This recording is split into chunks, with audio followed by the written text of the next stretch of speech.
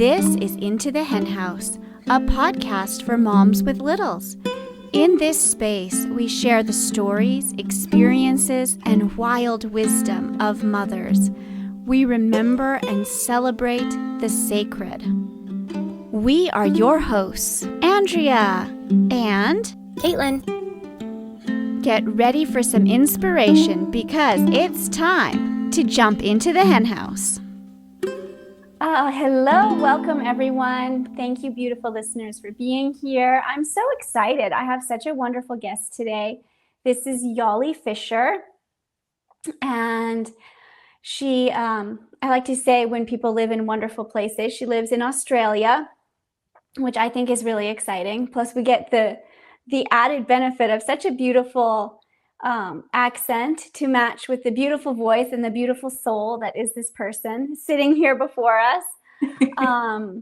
And yeah, we were just talking before starting, and I said, I don't even know how we met through Instagram, but I don't know how we met and how we connected, but it has been such a beautiful connection. And I'm so grateful that you're here. So thank you. Oh, thank you for having me on.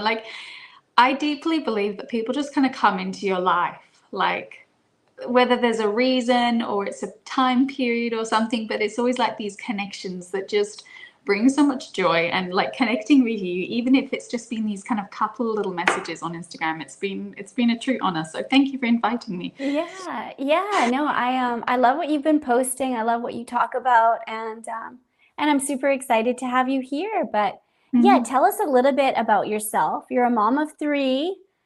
Nearly mom of 3, yeah. Oh, almost, yeah, sorry. Almost. I'm counting the one in the belly already. Yeah. I'm a mum of 2 beautiful babies already. I've got a 4-year-old and a 2-year-old, and 2 dogs as well. So I consider them my babies. And then, we're expecting our 3rd in August. So very excited about that. And I feel like all my children have come at a time they've chosen. I've felt these little souls just kind of ready to come in, and they've chosen their time completely when it's been ready. But yeah, I'm a mum of 2, live in Australia, originally from the UK.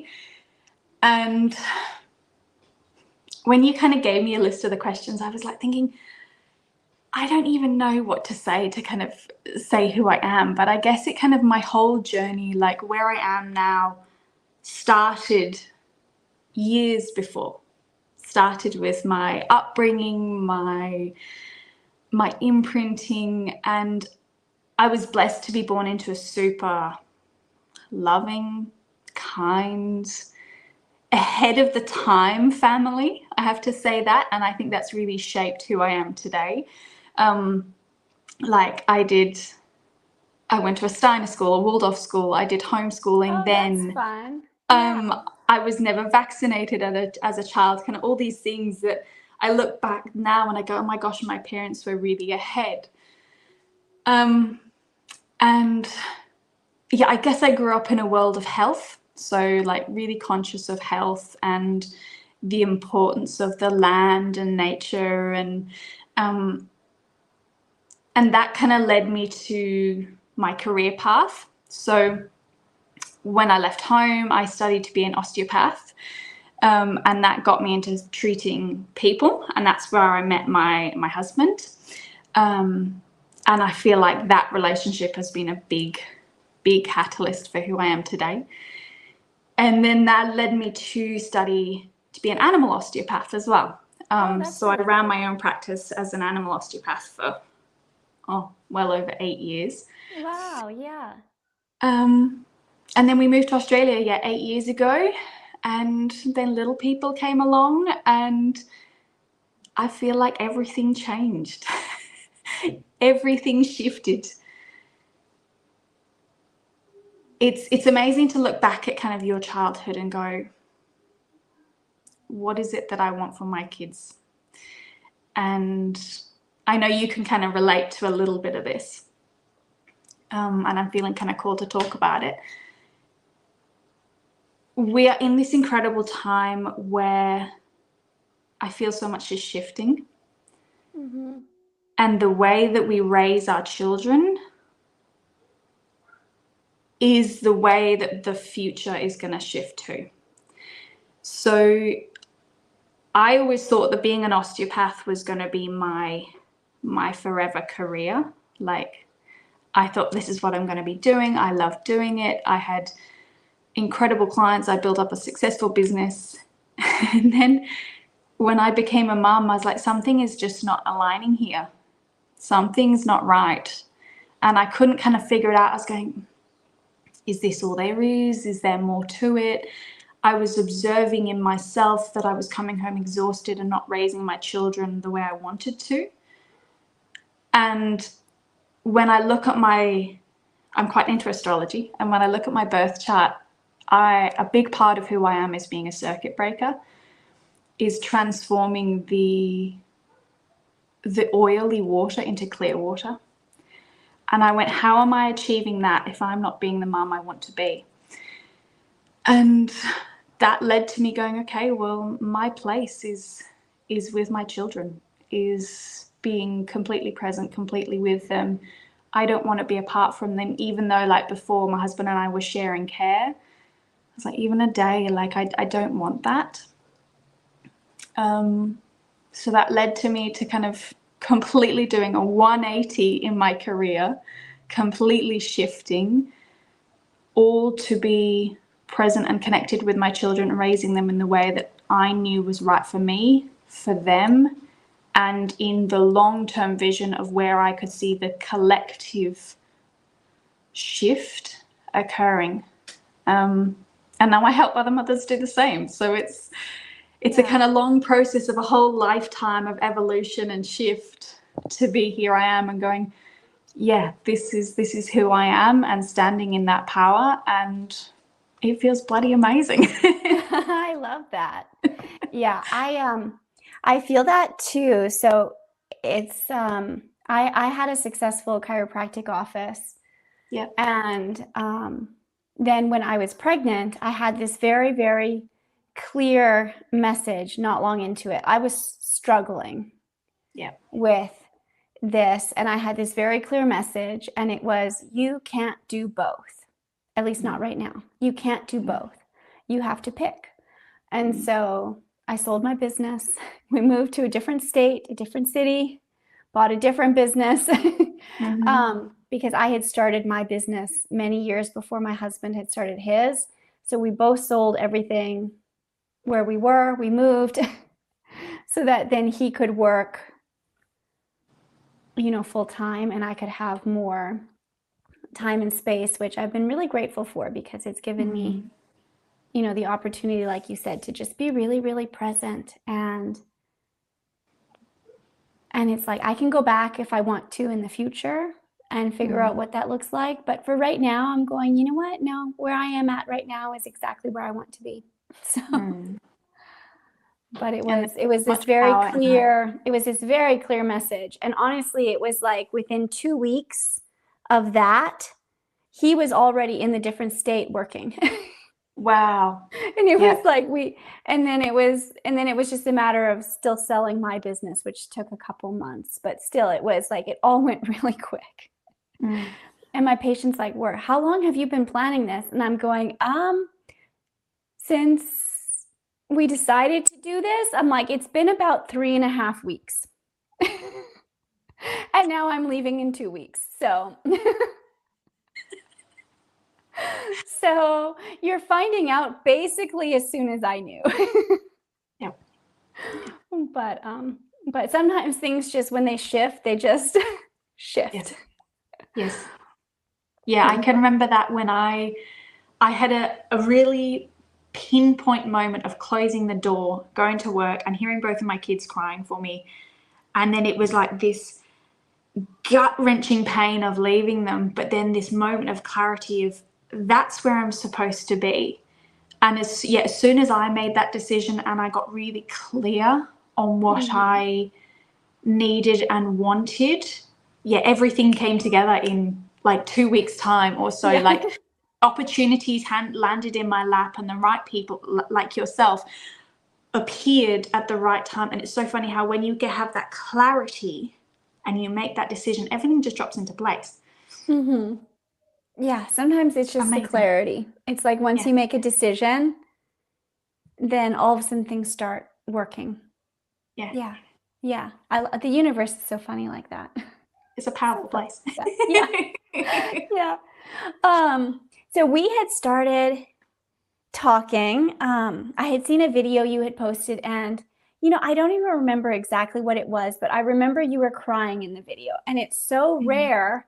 It's very rare for me. Usually I don't find myself particularly drawn to videos where people are crying, because it's like, why are we crying for show, But the caption and just like what it was about, which I actually don't remember at this point, but it was like, it touched me so deeply.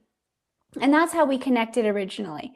And we got started talking about when you become a mother, how the masks fall away, how you appear cracked or broken, which is something people have said to me a lot, like very broken and very just like say too much. And you ask me how I am, and I may actually just flat out tell you exactly how I am.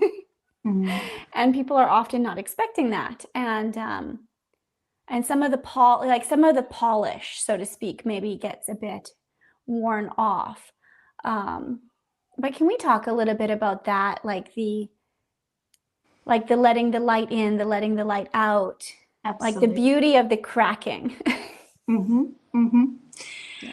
I think I remember the post actually. I remember I remember filming that video. I was in the car on the way home and both my kids were asleep. And I think it was just, I think the caption was something like, to all the women doing the hard work, like choosing themselves even though it feels hard, kind of thing. Oh yeah. And in that moment, I just felt such a deep connection to all those women that were choosing to feel the really hard feelings, to dig into those wounds that scare the absolute bejesus out of them. And to do it because, on the other side of our greatest wounds, our greatest pain, and I feel that's a lot of what my journey is. And when you talked about your journey, I resonated so wholeheartedly with it. We find the light in who we are. And I think in that transformation of pain, we find our greatest gifts. And I think I actually did a post about it the other day, because I feel like I have been digging deeper into our conversation in my head since we last talked. I think as a culture, we are so afraid to show our vulnerabilities, to show our pain, to show our cracks, because it makes us not worthy or insignificant or a lesser human being. But actually, if we can hold space for that and hold in complete compassion and love, I think that's what makes us more human, is the more cracks we have, the more we've kind of opened up to it. Without the dark, we can't have the light. And if we're always this polished, perfect, like silhouette of a person, for me, that's not genuine. And when you connected to me with, and admittedly, our first connection was vulnerable. And that for me, like, wow, that takes such courage to open up. And I had such deep respect for you for opening up like that, because most people don't kind of say, this is who I am, take it or leave it. And thank you again for that, because it taught me such a valuable lesson again of, we have to honor the parts of us that are wounded and a little bit broken, and allow the light to shine through that. Yeah. Yeah. And I think honestly, part of too, at least in my experience, is sometimes when you're vulnerable, people prey on vulnerability and take advantage and things like that. And, but even then, there is still, and that's something that's happened to me actually quite a bit since becoming a mother. But what it has shown me so crystal clear is who is actually on my side, who's kind, who's a loving person, and who claims to love me, but really hurts me. Yeah. Right? And it's become very clear very quickly, which is harsh. It can be very harsh to have that happen. But I'm going, you know what? No. Like, no, it's like when you like, and like, I look at like my beautiful daughter and I go like, I would never, I would never. I even look at a stranger and I go, I would never, like, I would never be so unkind. And so it makes things perhaps difficult, but it makes things clear.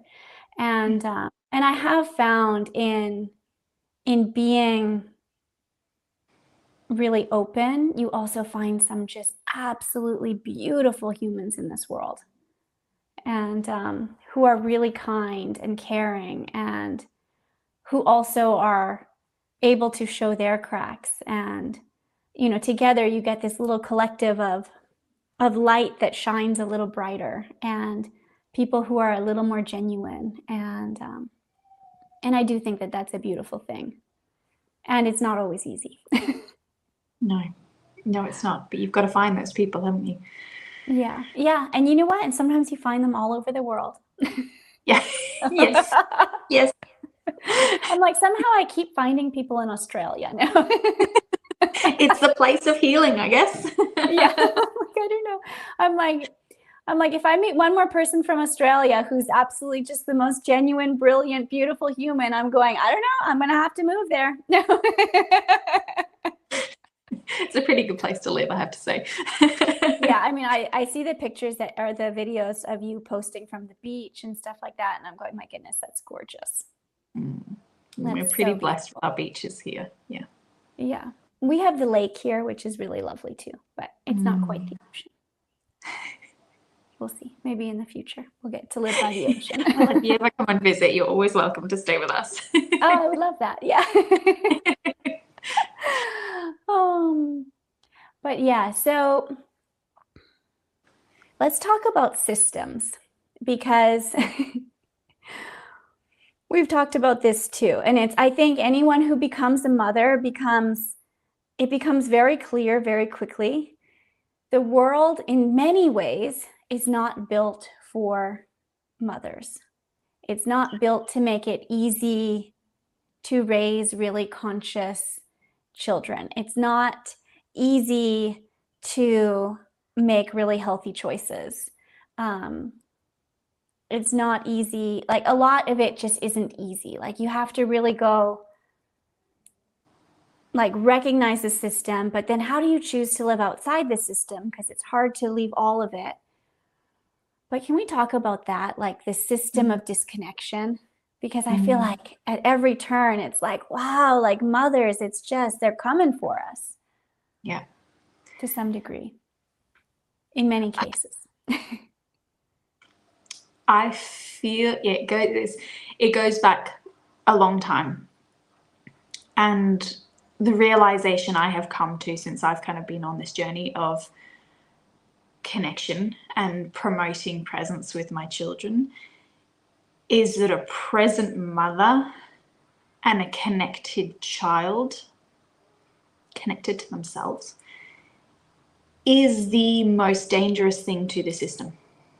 And there are lots of different systems: the healthcare system, the banking system, the schooling system. But I feel they all kind of come into one thing of control. And my mothering journey has been a lot about letting go of control. And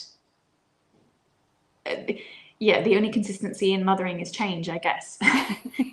And when we are trying to fit ourselves into these systems that are not, they are masqueraded as being there to support us and help us.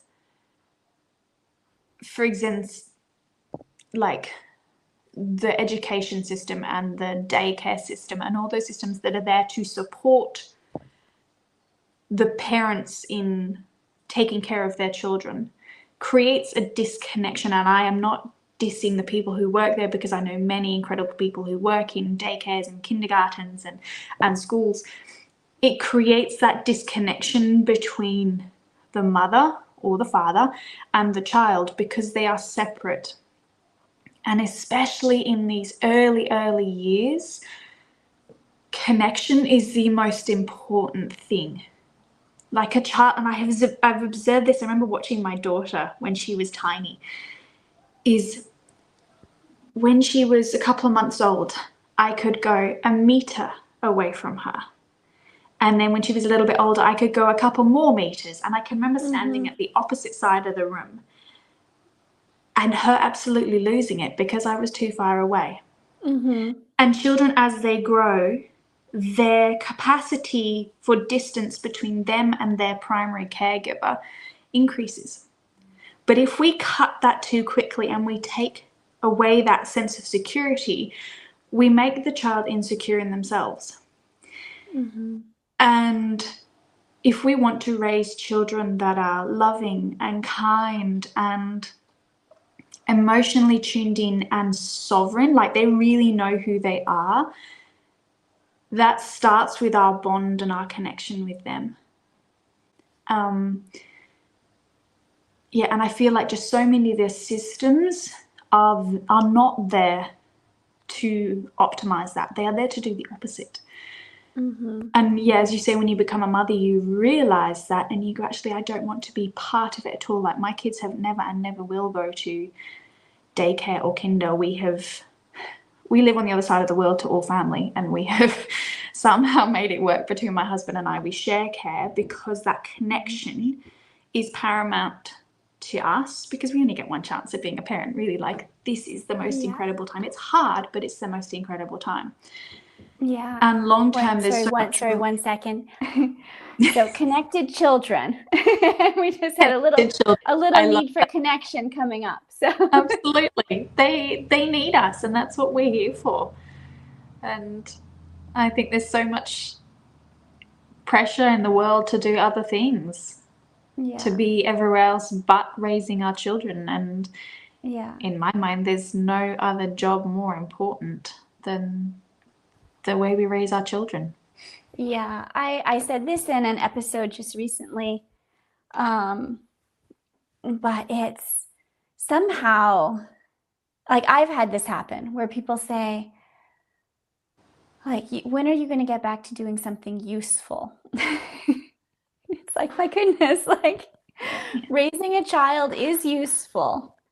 Yeah. It is useful. Having like a secure attachment is useful. There's so many things about this that are of the utmost importance. Yeah.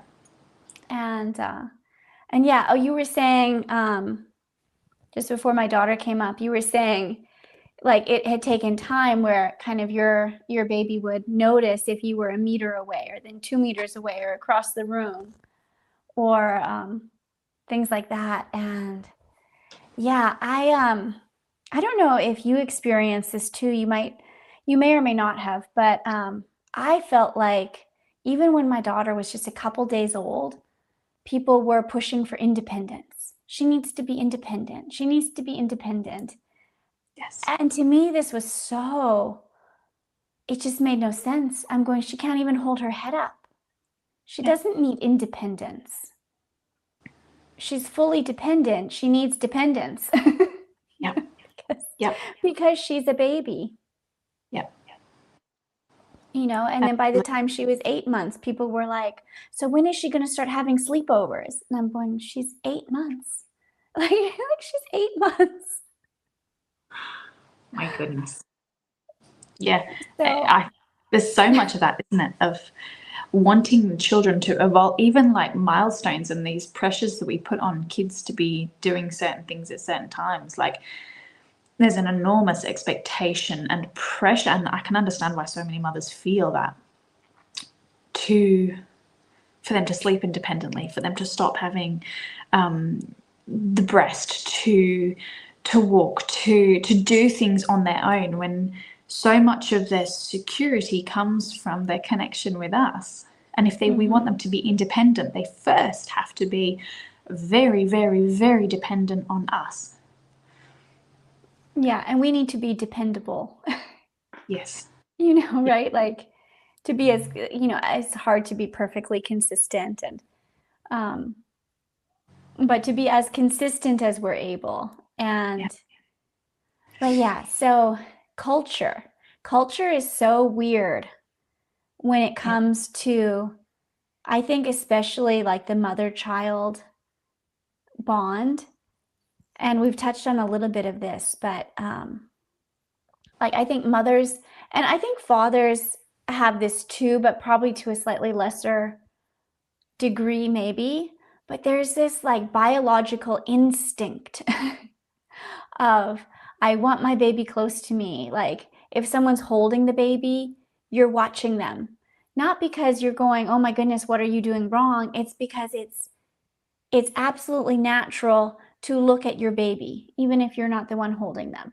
But to keep your eyes on your baby, to want to know where they are, to maybe even be nervous to leave the room, to go to the bathroom, even if, they're ultimately fine. But there's all of these natural instincts of, if they cry, to go to them, if they wake up, to pick them up, if like there's all these natural inborn instincts, and culture really pushes against that. But yeah, this cultured out of instincts, you know. Yeah. Yeah, And I where do we think go with that? How do we change it? it comes back like, how long is a piece of string? The way we are raised is the way we respond, and the way culture places emphasis. And I think I really feel, and I really am hopeful that we are coming out of this time where we are not doing what we're told simply because we are told by the powers that be. We are trusting our instincts more.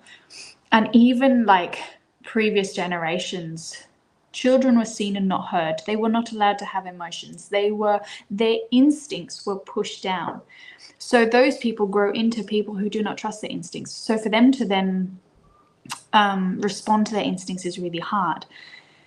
But as a mother, those instincts are so strong. And I think it takes a lot of courage. I have definitely experienced this, even with the upbringing that I have had and the start to life that I have had, and the knowledge that I have about so much of health and the system. It takes a lot of courage to really go, no, my instinct is telling me something else. My instinct is telling me to pick up my baby, or my instinct is telling me to breastfeed my baby until they decide to stop. Instincts, I think it comes back to slowing down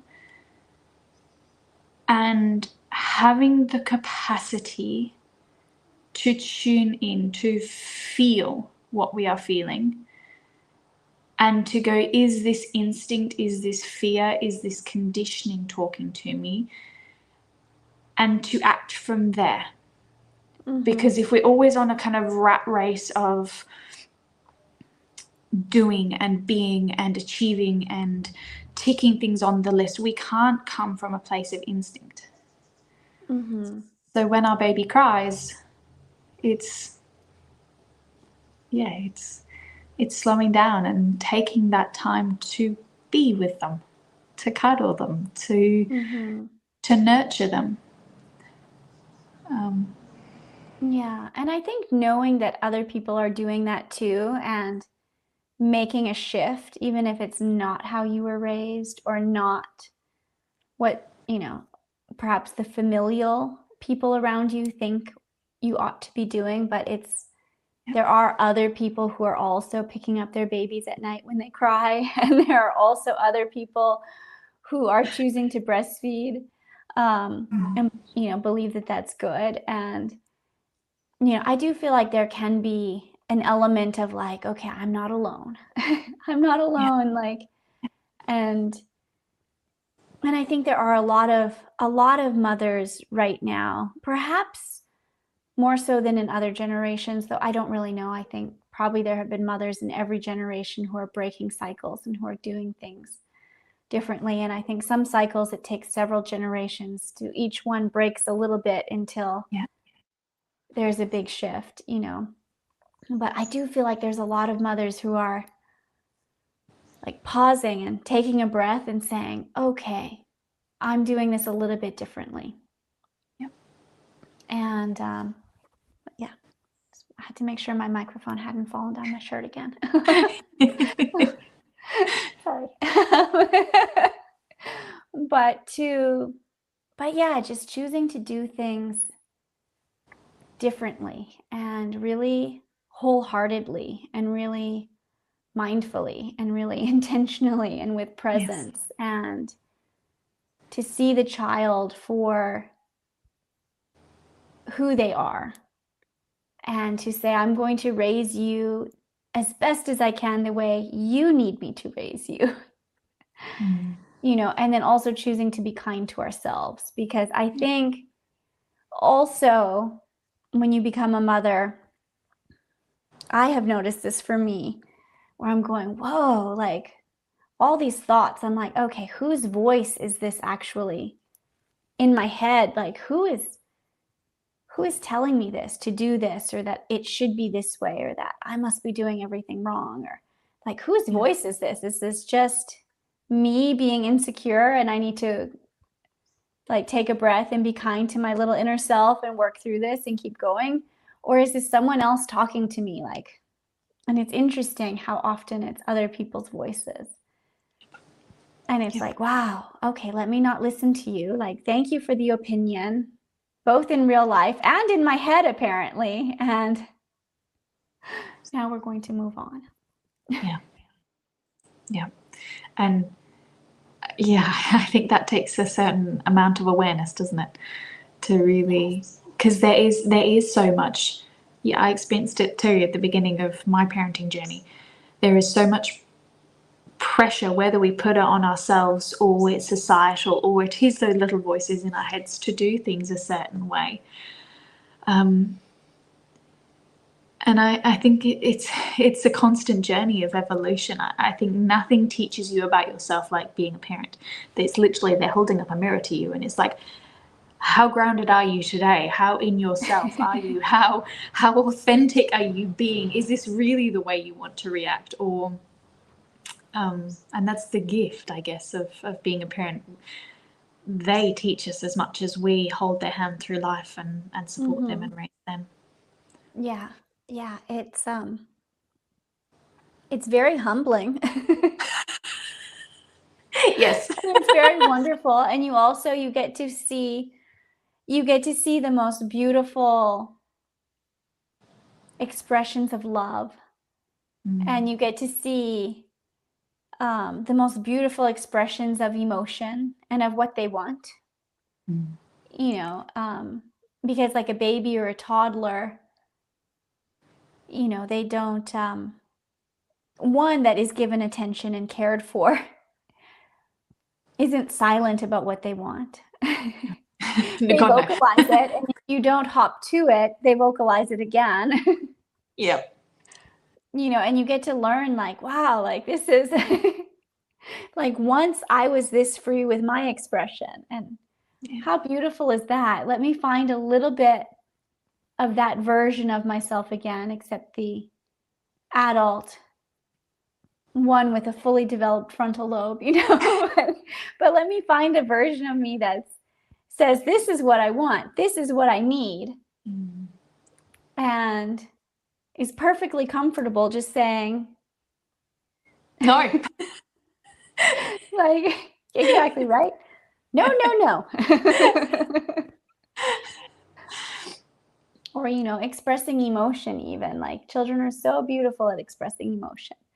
Like, this is what I feel right now, and in 5 minutes this is what I feel. And they are the epitome of like someone who is so present, so truly in themselves and in their feelings. And I feel throughout life we kind of disconnect from that, and that's when I feel that they teach us as much about ourselves as we teach them throughout life, is actually coming back to ourselves and feeling all our emotions, feeling all those things that we have suppressed down and been told we can't feel. And a child is so in touch, whether they have the vocabulary to vocalize it or not, they are so in touch with what they are feeling and their environment and the animals and nature. And yeah, I feel like we can learn so much from them because of that. Yeah. Yeah. I mean, truly, I think children teach us so much if we're just willing to learn. Yeah. Yeah. But with the idea of rhythm, and it can look very different, I think, for a lot of different families. And it's not to say that any one way is more right than the other, because it's really more about alignment. But what have you found to be a rhythm that feels natural, that feels good, that feels in alignment and feels like putting some of these expectations aside, but finding like a natural rhythm for your family?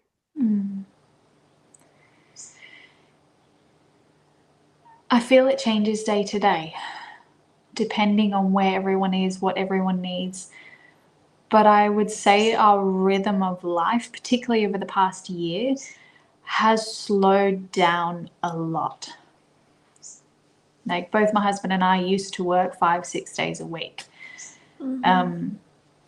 And that rhythm of getting up, getting out the door. And for the first 2 years of her life, my daughter used to come to work with me.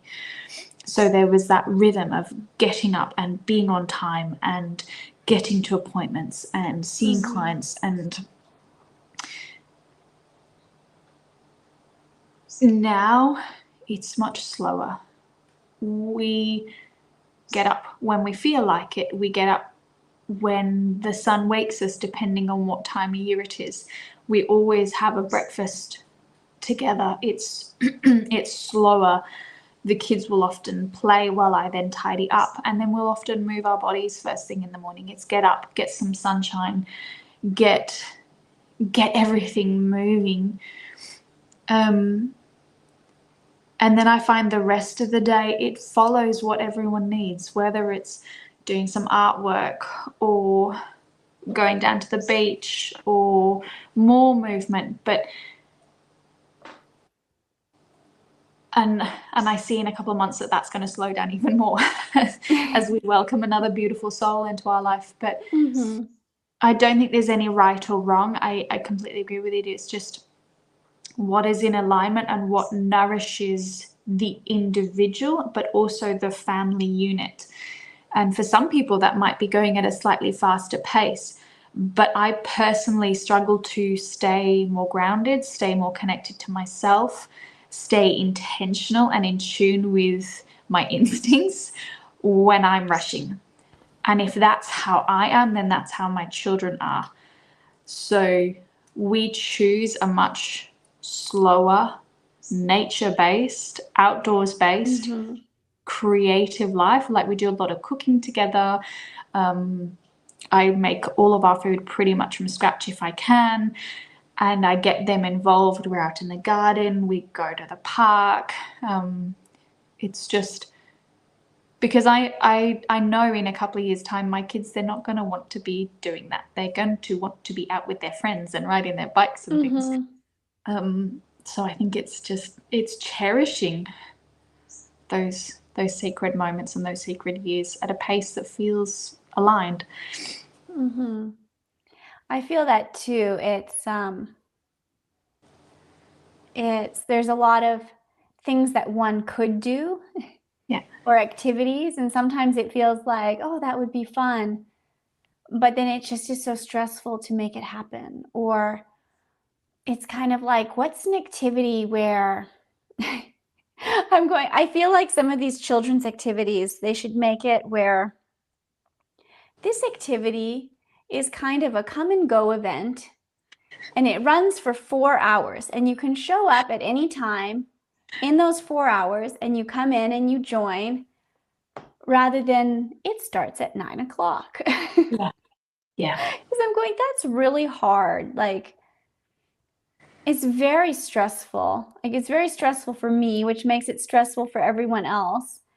Yes. But to get out the door, and then if something just goes a little bit, or there's a bit of stubbornness, or A dirty whatever, nappy, and then right? We need to you leave. miss the whole event, or like we got invited to a birthday party, and it was about 45 minutes drive away.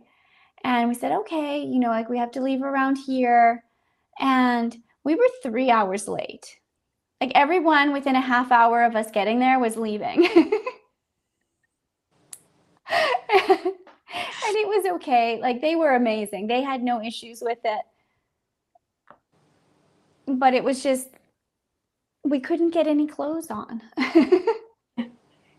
And it was just, and then she had been eating lunch, and she has a little snowman that she plays with. And well, it was raining rice on him. And she was having fun. She didn't want to go. You know, so it's this interesting balance of of like, how do we make this work? Because too much pressure is just not fun.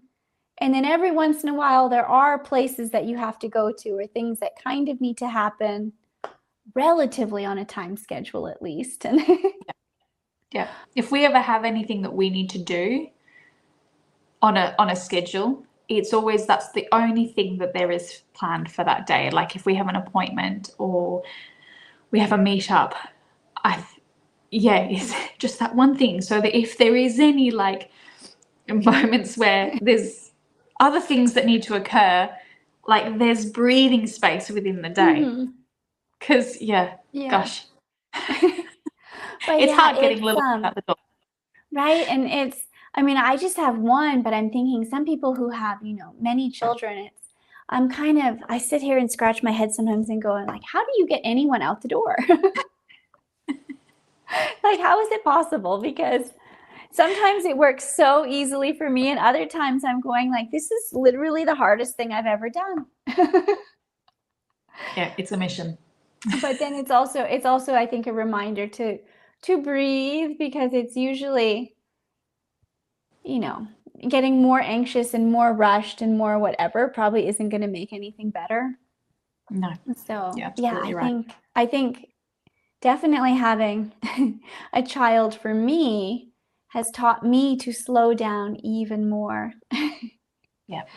And to stress a little bit less about being on time, and to plan tons of time in advance, and be perfectly okay also to end up an hour early, because somehow it all worked out, so we're going to capitalize on it while we can.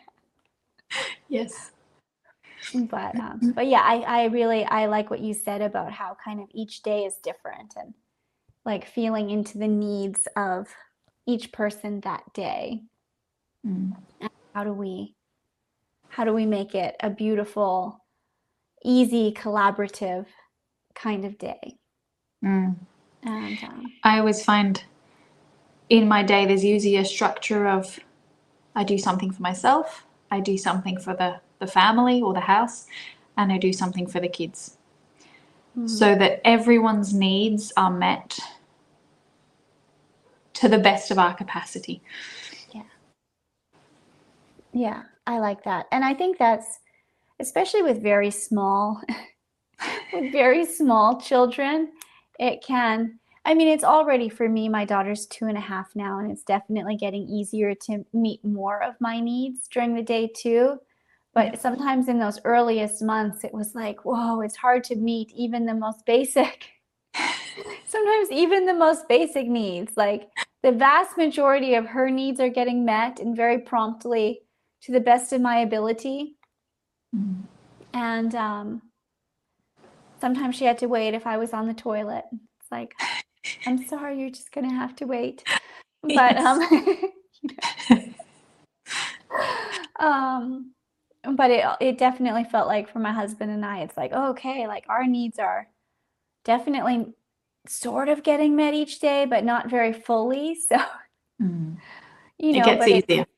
But each kind of each season of life brings its own beauty and its own challenges Yes, and all of absolutely. that. And I think first time parent too, it's kind of like you get really thrown into the deep end. So Yeah, I feel like the first one's the hardest, and then after that, um, it just flows a little bit. There's more noise, there's more chaos, there's more yeah. fighting, but it's not such a shock to the system, I think, as the first one. Yeah. It's funny though too, because what you get with the first one that you don't really get in subsequent is you can kind of like I decided I was like, you know what, I'm going to use every opportunity to the best of my ability to just hold her as much as she wants to be held, just to have tons of contact. Like in a way you could really probably never do with a child after that because you have multiple little people to take care of. But I said, you know what? It's just you and me. We're gonna sit and we're gonna snuggle literally every day. Yeah. For like 8 months. That's beautiful. And we're gonna play. And I'm going like, this is not an opportunity that, would happen again, but I can do this right now. So we're going to. And I really wanted to because I also um, didn't get as much time in the first few weeks as I had wanted with her because I ended up, so much against what I had wanted, but I ended up with a C-section. And it made it really hard in those first several weeks, even just to I couldn't hold her and walk across the room because I was so dizzy. And I was so weak because I had lost so much blood that I couldn't actually hold her for very long. And I couldn't recline even on the couch with her. So I think there was also a part of me that wanted to make up for that. It's like when I finally got my chance, I was like, I'm never letting go now until you want me to. So those early days, the vulnerability of those early days, particularly if they haven't kind of gone as we would anticipate or expect. I can understand you wanting to make up for that and really cherish those cuddles for as long as possible. For as long as possible. So, kind of as we wrap up here, work from home opportunities, because that's something that you help mothers with, is earning some income from home and still having a little bit of that, career fulfillment and interacting with other people and contributing, in a lot of ways, because I think a lot of families need, at least an income and a bit, to make it easier to manage. Like it's hard to make it on one income. Very hard. And, but I think we're in such an interesting point in history that our mothers and grandmothers and great grandmothers didn't have access to. It was kind of, there was no online work when I was a child. It wasn't a possibility.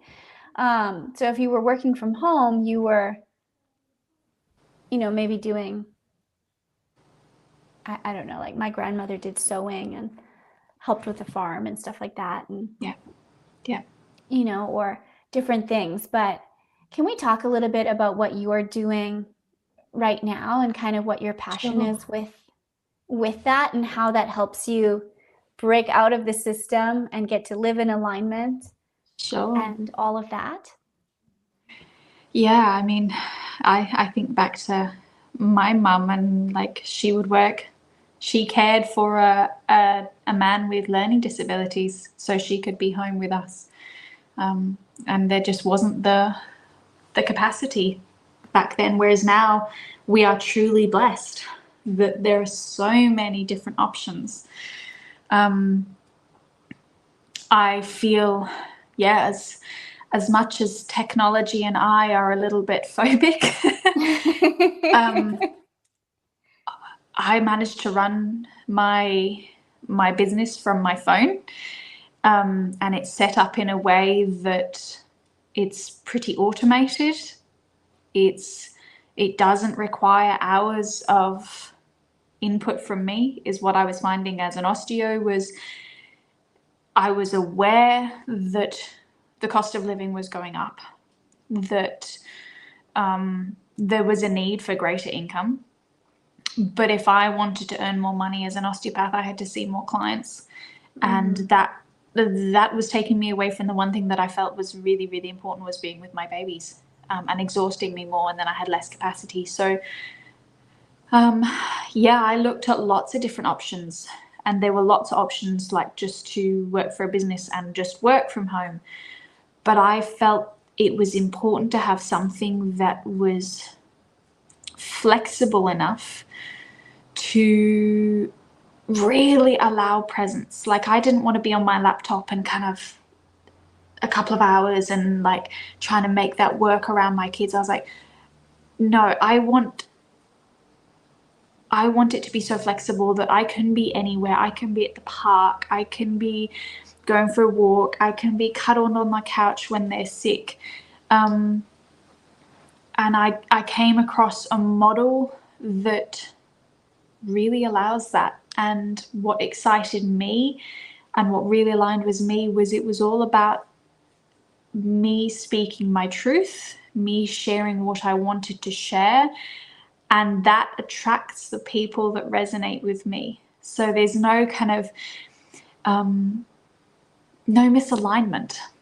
And I would say to anyone who's wanting to kind of go out on that path a little bit more, it is find something that really aligns with your value. Find something that excites you. Find something that you feel you can build over a long period of time. And in those, because as mum, we don't have hours. Like, I do my little bits of kind of messaging and the content I create and kind of all those other little bits in like literally 5 minutes throughout the day. It's yes, squeezing it into the moments and making it fit around my life, not fitting my life into it. Because we have the luxury that there are so many wonderful ways to earn an income online and to earn good money online. And in a way that it literally just kind of builds in the background. You get it up running, you have to put in the work. It's not a kind of like get rich scheme kind of thing. It's like you have to put in the work, but if you put in that work and you're consistent, it then builds as you are sleeping or cuddling your kids or whatever. And I'm really passionate about, if women are wanting to be present with their kids, and I see such a big vision of, if we are wanting, because I feel we're at this pivotal time in, this is a slightly different topic, but a pivotal time in the collective and our society, that we have a choice to make. If we want the world to be different, we have to do things differently. And I do believe a lot of that starts with mothers and the way we raise our babies, the way we connect with them, the way we connect with ourselves. And if we have the capacity to slow down, to be present, connected, but still earning an income, because let's face it, we live in a world that revolves around money. We still need to pay the bills. We still need to pay for food, unless we're completely living off grid. I'm really passionate about supporting mothers to do that, because I see that there is literally nothing more important than raising our children. Yeah. I love that. And I agree. I think that we are at a shifting point where, even though it seems like the world has become so extreme this way or so extreme that way, but there is this recognized need for something to change, this recognized need of this desire within, this desire for more alignment and just more goodness in life. And I think that that's really coming to the forefront. And I think that there are a lot of mothers who are sitting here and going, like, we don't have to do everything. Maybe we can, but maybe we don't want to. But how what's the balance for me between that fulfills me and that kind of meets the needs of my family? How is that achieved? And I agree with you. We have opportunities that simply didn't exist before. I mean, goodness, like, my mother, for instance, wouldn't have had the opportunity to, meet people in Australia online, like, or to, run a business, or to listen to a podcast that got recorded, or like, it's this really interesting world. And there is definitely problems with technology and things to pay attention to there too. And it has opened up this really beautiful, beautiful set of opportunities to say, like, I want to work this much in a week, and this is how our family is going to balance that, and to make it possible that it's, and then you can say, because I want to then be present, so I'm going to be on my phone doing my business during this time, and then I'm going to throw it away and hopefully forget where I've left it for the next many hours while I'm actually paying attention. And I get to finally be doing my best at both things, where I get to focus on this and then I get to focus on this, and there's presence in each aspect of life, as opposed to kind of halfway in everything, which just doesn't feel good. No. And I think you've touched on a really powerful point there, because I speak to a lot of mums online, and I feel like many of them are feeling torn between the two, feeling torn between the need to provide for their family, but also the need to be present with their family. And I can relate, but they don't feel like they're doing either to the best of their capacity. So what you say is, so true. Yeah. And I think that's a powerful shift too. And I think that brings a lot of well-being back to mothers, and a lot of power back to mothers.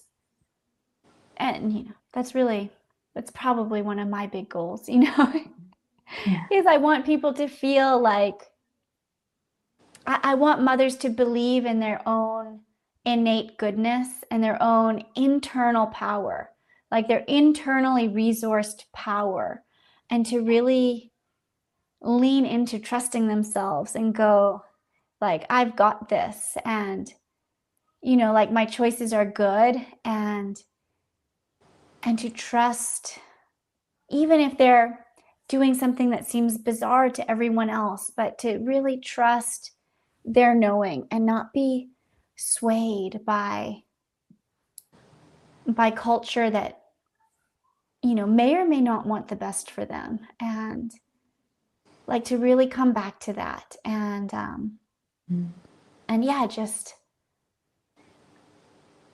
to really believe, to truly believe in themselves, not just in the, like, oh, of course I do, but like really, like, to stand in that and be willing to go against the grain because it's what's right for them.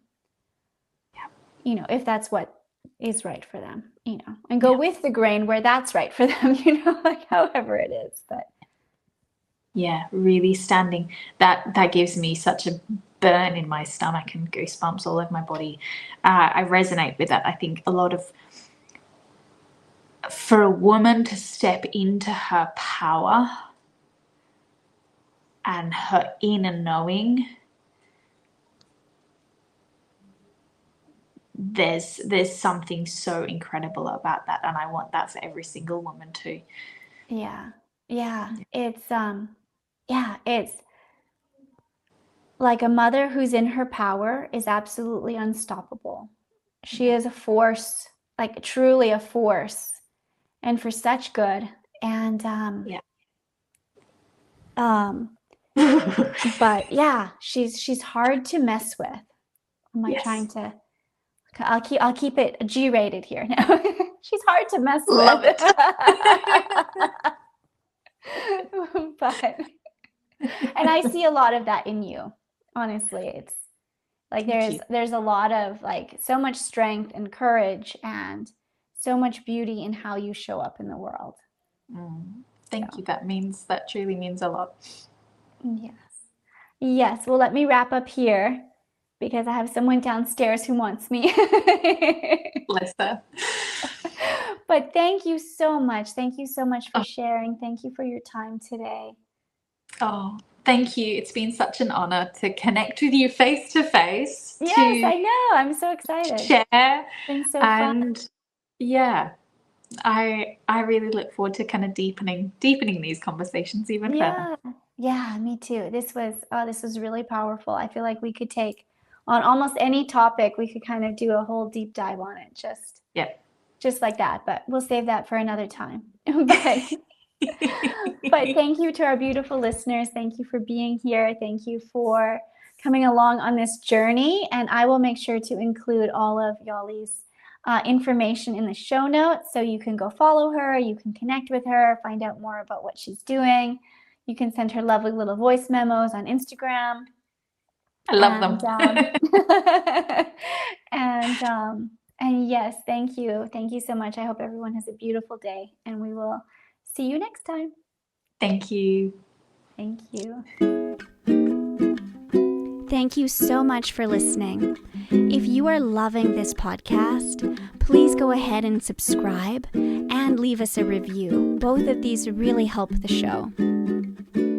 As you go out into the world this week, know that we are sending you so much love and wishing you a wonderful and beautiful day. And we will see you back here soon.